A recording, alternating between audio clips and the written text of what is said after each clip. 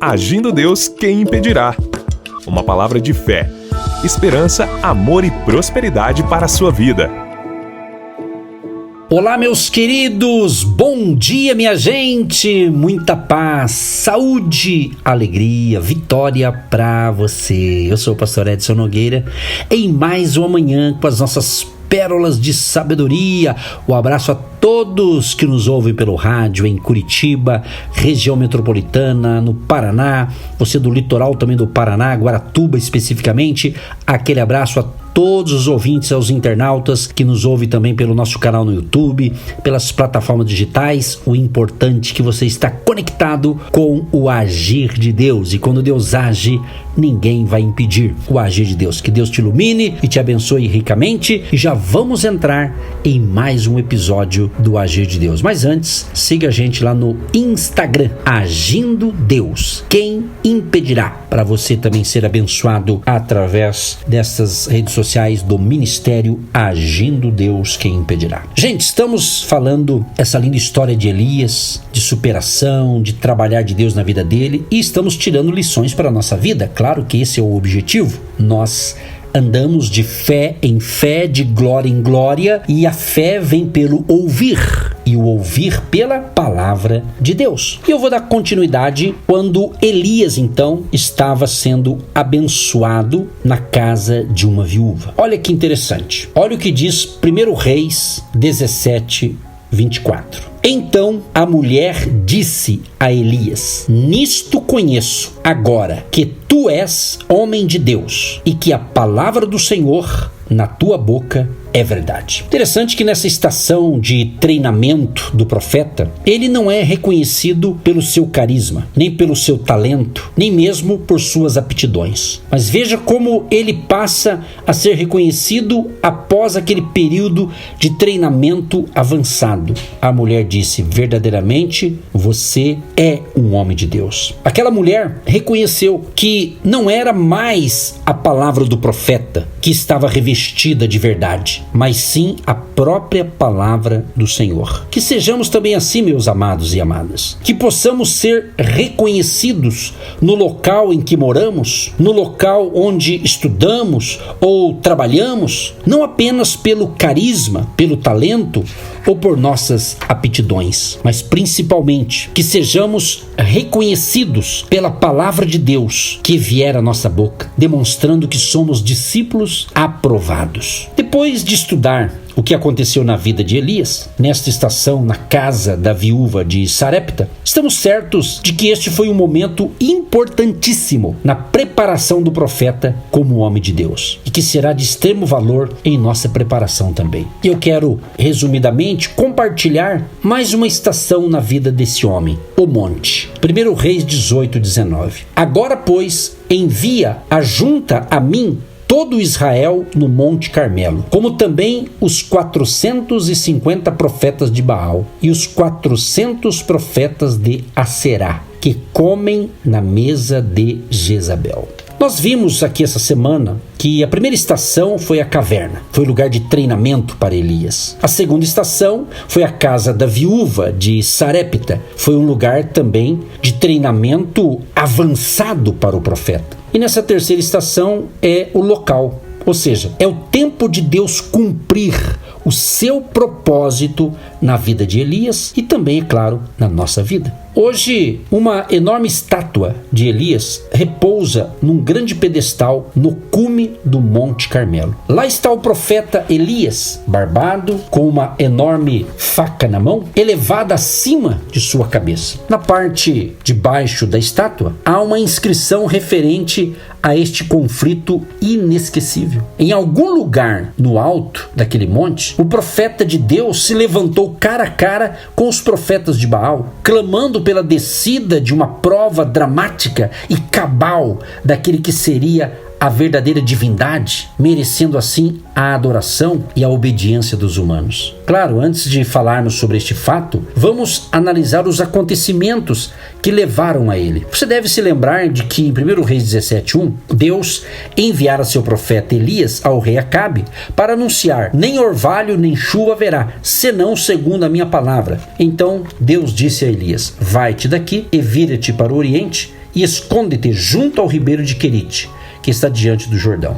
1 Reis 17:3. Depois dos propósitos de Deus terem sido atingidos em Querite, ele envia o profeta para Sarepta. Nos dois lugares, Elias precisava confiar em Deus completamente para alimentar-se e mitigar sua sede. Deus nunca falhou em providenciá-los, de maneira que Elias jamais tinha imaginado. Passaram-se diversos meses. Como a terra secou, Acabe promoveu uma caçada a Elias em Israel e nas nações vizinhas, mas o profeta não pôde ser encontrado. Enquanto isso, Elias estava esperando, confiando pela fé que Deus lhe mostraria o passo seguinte. E sucedeu que depois de muitos dias a palavra do Senhor veio a Elias no 3º ano, dizendo: vai e mostra-te a Acabe, que darei chuva sobre a terra. 1 Reis 18:1. Finalmente, depois de 3 longos anos, Deus fala com seu servo e diz: vai e mostra-te a Acabe. 3 anos antes, Deus dissera: esconda-se. Agora está dizendo: mostre-se. 3 anos atrás, Deus havia dito: nem orvalho nem chuva haverá, senão segundo a minha palavra. Agora ele está dizendo: darei chuva sobre a terra. Amados, tente imaginar a cena. 3 anos sem uma gota de chuva em toda a terra de Israel. Todos os rios haviam secado. Quando Elias subiu de Sarepta em direção ao palácio de Acabe, provavelmente passou por carcaças de muitos animais. Imagina o cheiro de morte que havia no ar. Para ajudá-lo a imaginar a cena, pense nas reportagens do Jornal da Noite na televisão sobre as devastadoras secas de algumas regiões da África, por exemplo. A imagem de doença e morte por todos os cantos de vastas regiões. Agora, no meio dessa cena terrível, caminha o homem responsabilizado por tudo isso, Elias. O rei Acabe, com olhos flamejantes, encontra o profeta e descarrega toda a sua ira sobre Elias. És tu o perturbador de Israel? 1 Reis 18:17. Pense na coragem que Elias precisou ter para ir ver Acabe. Pense na fé que ele precisou ter para entrar em cena novamente. Mas, por ter sido treinado em Querite e Sarepta, o profeta não estava intimidado, nem um pouquinho. Pelo contrário, ele teve a audácia de devolver a acusação a quem realmente a merecia. Então disse ele: eu não tenho perturbado a Israel, mas tu e a casa de teu pai, porque deixastes os mandamentos do Senhor e seguistes os Baalaíns. 1 Reis 18:18. A mensagem de Elias foi severa, porque Acabe foi descaradamente desobediente. O monarca quebrara atrevidamente o primeiro mandamento: não terás outros deuses diante de mim. Êxodo 20, verso 3. Acabe precisava saber que o Deus dos céus era supremo e Elias estava pronto para provar isso. E assim começou o combate. Acabe versus Elias. Bem, na verdade, aquilo foi uma contenda dramática entre a idolatria e o Deus vivo. Elias não apenas repreende veementemente o rei da terra, como ordena que ele reúna todos os profetas de Baal e do poste ídolo chamado de Aserá, as deidades da moda daquela época em Israel. Podemos ver a importância que eles tinham pela quantidade de profetas, assim como pela elevada posição dentro do reino. De acordo com esta passagem bíblica, havia pelo menos 850 profetas deles, e todos comiam à mesa da rainha.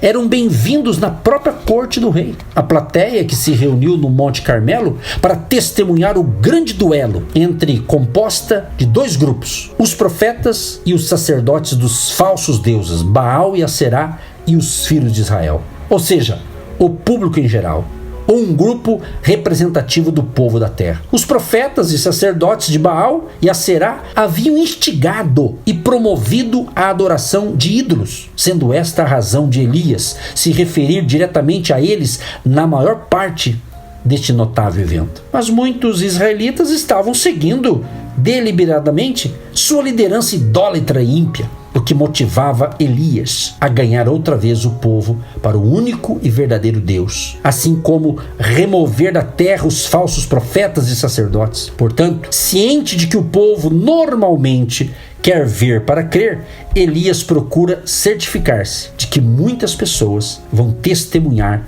esta batalha final. Elias os confronta com a verdade. Até quando cocheareis entre dois pensamentos? Se o Senhor é Deus, seguiu. E se é Baal, seguiu. Porém o povo lhe não respondeu nada. 1 Reis 18, 21. O povo não diz uma palavra. Eles não responderam ao desafio de Elias. Nem sequer argumentaram com ele. A coisa mais fácil a fazer na hora da decisão é não se comprometer. Fique na sua zona neutra. E foi isso o que eles fizeram. Ficaram calados. Mas Elias, este homem de Deus, não se intimidou. Permaneceu firme, sozinho, suplantando em número, mas absolutamente invencível nas mãos de Deus. Diante de Elias estava o povo, adoradores de ídolos e indecisos. A seu lado, os 850 profetas e sacerdotes de Baal e Aserá. Sem dúvida, havia nichos de ídolos aqui e ali por todo o Monte Carmelo, bem como na maioria dos montes de Israel daquela época. Mas Elias não estava com medo. Ele era um homem treinado por Deus e tinha um plano que eles jamais conseguiriam ignorar ou esquecer. O plano de Elias era astuto, porém justo e simples. Baal era adorado como o deus do sol, o fogo do universo, e como Deus controlador de todas as colheitas e da produtividade da terra. Um Deus aqui letra minúscula, né? Um Deus assim com certeza teria raios e trovões em seu arsenal de armas. Se ele era capaz de fazer qualquer coisa, então poderia dar início a um incêndio. O mesmo podia ser dito com relação a Deus Jeová. O plano de Elias se transformaria numa ótima oportunidade para testar o poder das deidades rivais. E então, eles seguiram o plano de Elias, levaram a cabo todas as suas instruções, mas quando clamaram por Baal, nada aconteceu. Desde o começo da manhã até o meio-dia, eles clamaram: Baal, responde-nos! E nada, só silêncio. Os céus estavam cerrados, não houve trovão, nem fogo, nem mesmo uma faísca dos céus. Ninguém respondeu. O silêncio lá em cima era ensurdecedor. Desesperados, os profetas de Baal começaram a pular em volta do altar. Saltaram loucamente, gritando, implorando, procurando chamar a atenção de Baal, tentando dar um jeito de seu Deus mandar fogo do céu. Deve ter sido uma cena impressionante. Esta foi uma cena inesquecível de caos e loucura. Foi como se forças do inferno tivessem sido libertas e estivessem expostas naqueles corpos humanos fora de controle. Mas mesmo assim, nada aconteceu no céu. Eles clamaram por seu Deus desde a manhã até a tarde, chegaram até a mutilar seus corpos no meio daquele frenesi, porém não houve voz, nem resposta, nem atenção alguma. Está escrito em 1 Reis 18, 29. Aqueles famosos sacerdotes e profetas de Baal, que durante o sofrimento do povo com a seca, foram alimentados do bom e do melhor à mesa da rainha. Clamaram por horas a fio, mas nem resposta, nem atenção alguma. No momento oportuno, Elias entra então em cena, o homem de Deus. Aquele seria o momento de provar, o momento mais importante. Chegará a hora de pôr em prática todo o treinamento que recebera, tudo o que havia passado na solidão e quietude. Mais importante que qualquer outra coisa, aquele era o momento de provar quem era Deus. Meu querido, esse é o nosso Deus. O final da história, Deus deu vitória para Elias. Eu quero profetizar na sua vida. Confie em Deus, creia nos princípios da palavra, obedeça à direção de Deus e Deus vai te dar a vitória. Deus Todo-Poderoso, em nome do Senhor Jesus, quero te agradecer por mais um episódio, mais uma pérola de sabedoria, como Elias venceu aquele desafio, porque ele foi treinado, adestrado. Eu tenho certeza que todos que me ouvem também, de alguma maneira, estão enfrentando uma fase na vida, sendo treinados para vencer esse desafio, essa fase, e entrar em uma nova fase, uma nova dimensão de colheita e de bênção. Pai, em nome de Jesus, abençoe a família, abençoa cada ouvinte, desde o mais criança ao mais idoso, que a tua graça, favor e bondade repouse sobre todos. Em nome de Jesus, amém e graças a Deus. Você que se identifica com o nosso ministério Agindo Deus, quem impedirá? E tem interesse em investir uma oferta missionária em nossa programação? Torne-se um agente de Deus e faça parte dessas pessoas de fé que semeiam com fé e vão colher o que semeiam. Anote: Banco do Brasil, agência 1243-2, conta corrente 68630-1. Que Deus prospere a sua vida. Agindo Deus, quem impedirá? De segunda a sexta, uma palavra para abençoar sua vida.